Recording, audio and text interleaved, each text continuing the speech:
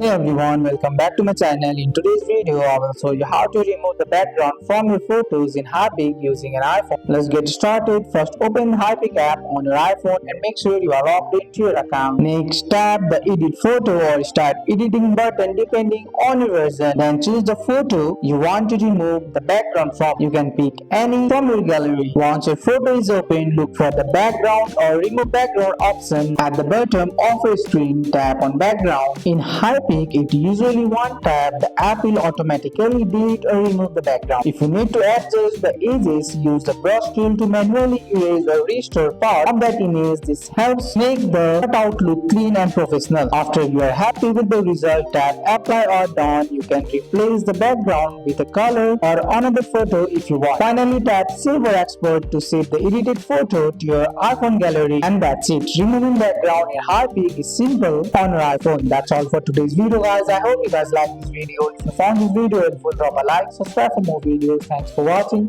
See you in the next one.